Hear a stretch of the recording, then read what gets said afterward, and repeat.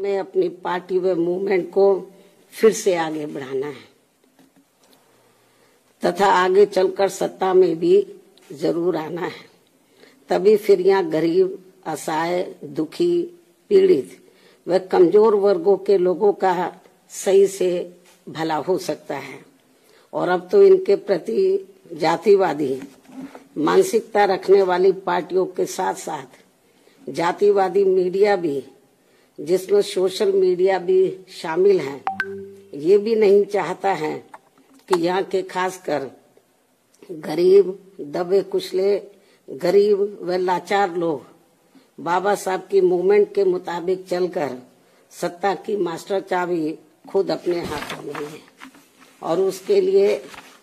वे किसी भी हद तक गिरकर अपना गंदा व घिनौना आदि खेल खेलते रहते हैं। इसलिए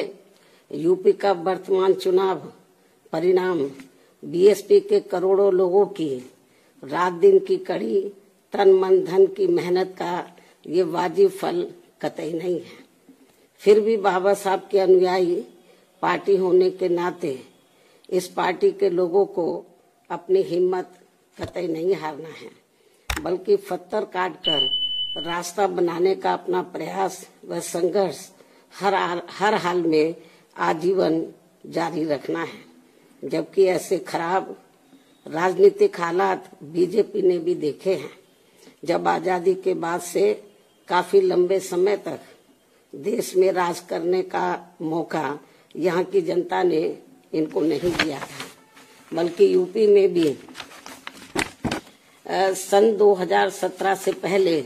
भाजपा की स्थिति यहाँ कोई खास अच्छी नहीं थी। और अब इसी प्रकार कांग्रेस पार्टी भी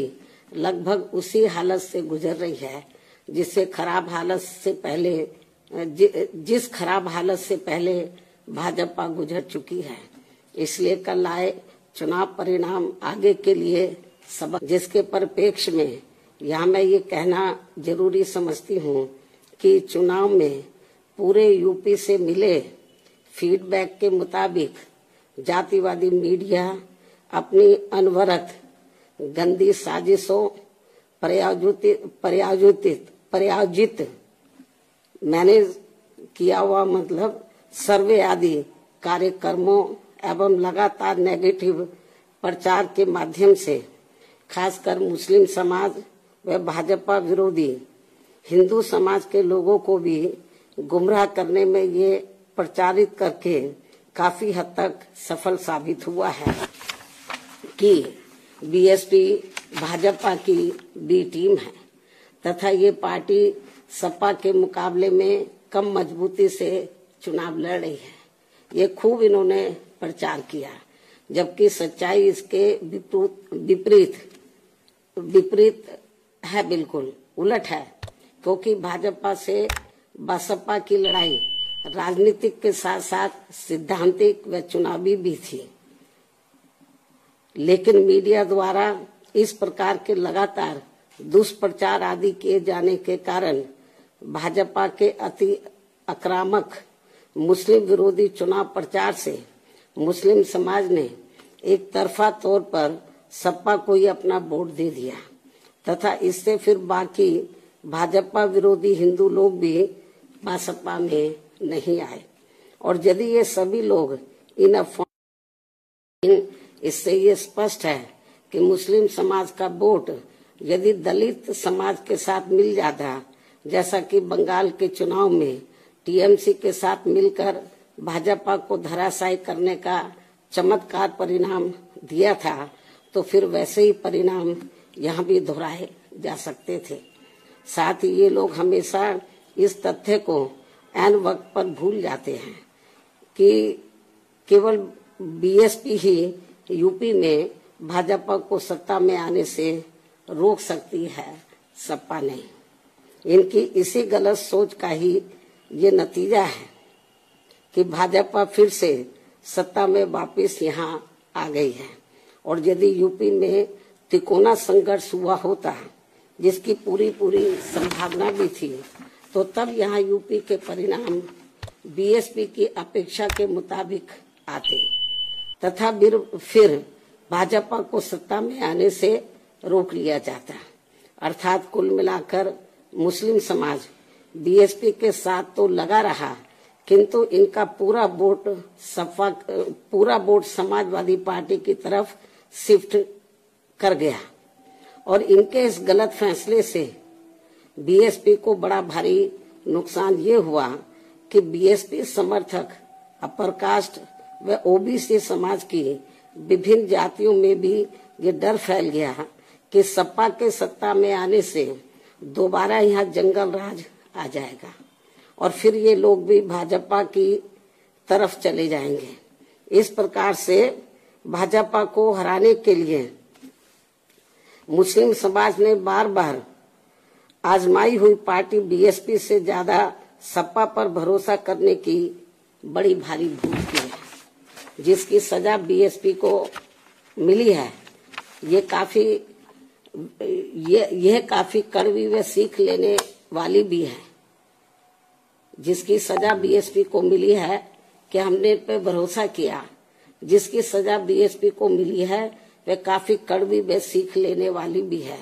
इसलिए इस कड़े अनुभव को खास ध्यान में रखकर ही अब बीएसपी आगे अपनी रणनीति में बदलाव जरूर लाएगी। लेकिन ऐसे हालातों में भी बीएसपी मूवमेंट के हित में संतोष की बात ये रही है कि दलितों में से खासकर मेरे खुद के अपने समाज का वोट हमेशा की तरह इस बार भी अपनी मूवमेंट व पार्टी की लीडरशिप के साथ चट्टान की तरह पूरी मजबूती के साथ खड़ा रहा है। जिन पर मैं कितना भी गर्व महसूस करूं वह कम ही होगा तथा उनका जितना भी मैं आभार प्रकट करूं वह कम ही होगा। और अब मेरी उन सभी से ये भी अपील है कि उन्हें अपना मनोबल बिल्कुल भी नहीं गिरने देना है, क्योंकि बाबा साहब के अनुयायी कभी भी अपनी हिम्मत नहीं हारते हैं तथा वे अपना संघर्ष लगातार जारी रखते हैं। सफलता फिर एक दिन झक मारकर हमारे कदम जरूर चूमेगी। हमें बाबा साहब के कारवां को न रुकने देना है न झुकने देना है। साथ ही हमें ये भी मानकर चलना चाहिए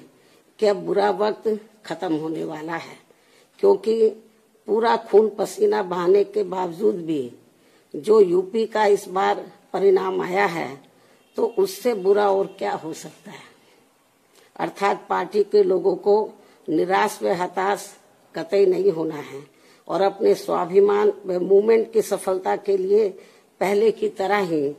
पूरे जी जान से पार्टी के कार्य में लगे रहना है। साथ ही इस बार यूपी में पार्टी की अपेक्षा के मुताबिक नतीजे नहीं आने को लेकर फिर से मैं उन्हें ये कहना चाहती हूँ, इस बार चुनाव में मुसलमानों का वोट एक तरफा सपा की ओर जाते देखकर दलित वर्ग में से मेरे खुद के समाज को छोड़कर बाकी सभी हिंदू समाज ने सपा के रहे गुंडा, माफिया, आतंकी व भ्रष्ट राज को याद करके तथा ये सोचकर कि कई हिंदुओं का वोट बंटने से सपा सत्ता में वापस न आ जाए, इसके डर से इन्होंने बीजेपी की नीतियों व कार्यशैली से दुखी व परेशान होते हुए भी अपना एक तरफा वोट बीजेपी को अंदर ट्रांसफर कर दिया, जिसने फिर बीएसपी को सन 1977 में कांग्रेस पार्टी की हुई स्थिति की तरह यहाँ चुनाव में लाकर खड़ा कर दिया है। हालांकि इसके बाद फिर अगले हुए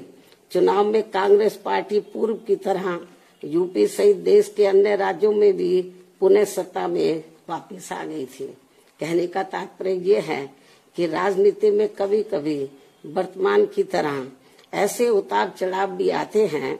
जिससे अपनी पार्टी के लोगों को भी दुखी होकर शांत बैठने की बजाय या इधर उधर भटकने की बजाय बल्कि ऐसी बदली हुई परिस्थितियों का भी मुकाबला करने के लिए अपनी वर्तमान रणनीति में परिवर्तन करके आगे बढ़ना होगा। और इसके लिए बाबा साहब के राजनीतिक जीवन संघर्ष व उनकी सोच को भी ध्यान में रखकर अपनी पार्टी के जनाधार को फिर से कैडर के जरिए आगे बढ़ाना है। साथ ही इस मामले में हमें ये भी याद रखकर आगे बढ़ना है कि कांग्रेस ने बाबा साहब को अपने रास्ते का रोड़ा मानकर इनको सीधे चुनाव में कामयाब नहीं होने दिया था, लेकिन उन्होंने इससे भी अपनी हिम्मत नहीं हारी थी और फिर यहाँ जातिवादी व्यवस्था के शिकार हुए लोगों को एकजुट व संगठित होकर उन्हें राजनीति में आगे आने की भी सलाह दी थी,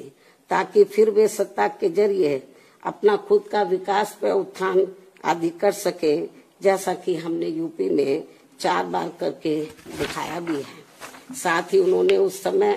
कांग्रेस जैसे अन्य उन सभी जातिवादी पार्टियों से भी अलग रहने की भी सलाह दी थी, जिनकी जातिवादी सोच में कोई परिवर्तन नहीं आ रहा था। इसलिए इन सब बातों को ध्यान में रखकर अपनी पार्टी के लोगों को फिर से यह अपनी पार्टी व मूवमेंट को आगे बढ़ाना है। इन्हीं जरूरी बातों के साथ ही अब मैं बीएसपी के सभी छोटे बड़े पदाधिकारियों, कार्यकर्ताओं एवं अनुयायियों के साथ साथ सर्व समाज के उन सभी लोगों का भी हृदय से आभार प्रकट करती हूँ, जिन्होंने बीएसपी को जिताने के लिए यहाँ रात दिन काफी कड़ी मेहनत की है तथा पूरे तन मन धन से भाजपा को हराने के लिए यहाँ लगे रहे हैं। साथ ही उत्तराखंड व पंजाब राज्य के भी पार्टी के अपने सभी छोटे बड़े पदाधिकारियों, कार्यकर्ताओं एवं अनुयायियों का भी मैं पूरे तय दिल से आभार प्रकट करती हूँ, जिन्होंने वहाँ पार्टी को कामयाब बनाने के लिए अपनी पूरी कोशिश की है। हालांकि इन राज्यों में भी हमें उम्मीद के मुताबिक सही सफलता नहीं मिली है, जिसका पार्टी को काफी दुख व चिंता भी है। वहाँ भी हम लोग वर्तमान जो राजनीतिक हालात चल रहे हैं, तो उसको ध्यान में रखकर हम लोग आगे की रणनीति बनाकर अपनी पार्टी और मूवमेंट को आगे बढ़ाएंगे। और अब मैं इन्हीं जरूरी बातों के साथ ही अब मैं अपनी बात यही समाप्त करती हूँ। धन्यवाद। जय भीम व जय भारत।